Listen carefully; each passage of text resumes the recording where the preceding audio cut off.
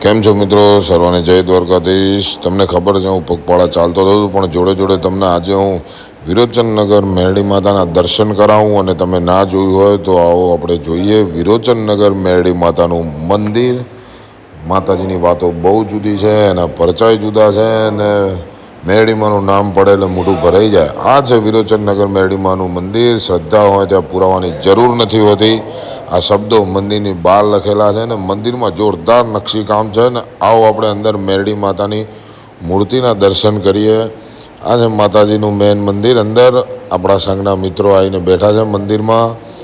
અને મિત્રો મેરડી માતાના દર્શન કરો ને તમારા મનમાં જે ભાવ હોય એ માતાજીને કહો અને માતાજી જોડે માગશો એ બધું માતાજી આપશે।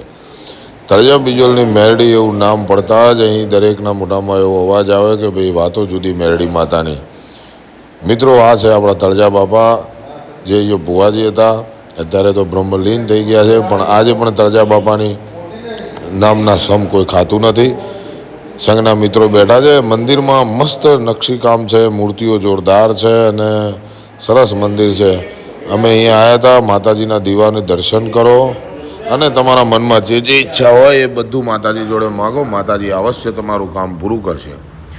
માં મેરડી એટલે એવું કહેવાય છે કે ભાઈ અહીં બાપ દીકરાનો ન્યાય કરવો હોય તો એ વિરોચનનગર આવો એવી વાતો છે। અમે પણ ચાલીને આવ્યા, અહીંયા રોકાવાના હતા બપોરે તો કીધું માતાજીના દર્શન કરીએ અને એવી ઈચ્છા થઈ કે લાવો તમને પણ દર્શન કરાવીએ। સર્વ મિત્રો તમે ક્યારે ના આવ્યા હો તો આવજો। વિરોચનનગર મેરડી માતાનું મંદિર છે અને અહીં માતાજી હાજરા હજુર છે। એમની મૂર્તિ જોઈએ એટલે આપણને હર્ષ અને ઉલ્લાસ મળી રહે એવો મૂર્તિ છે। આ છે આપણા તળજા બાપાનું ખાટલો, તેમના જોડા જેડો ને પડેલો છે। આજે પણ લોકો અહીં તળજા બાપાનું રૂપ જોઈ રહ્યા છે અને એમના ખાટલાના પણ દર્શન લોકો આવતા જતા કરે છે। આ છે કનુભાઈ ભુવાજી, આ તળજાભાઈ ભુવાજીના દીકરા જે અત્યારે ભુવાજી છે। અમે એમને મળ્યા, એમની જોડે બેઠા, વાતો કરીને ભુવાજી એમને ખૂબ ભાવ આલ્યો અને એવું કીધું કે ભાઈ પ્રસાદ લીધા વગર કોઈ મિત્રો જતા નહીં અને ઉપર ગરમ પાણી છે, નહીં ધોઈને આરામ કરો અને શાંતિથી સાંજે જજો। અમને ખૂબ મજા આવી ભુવાજી જોડે।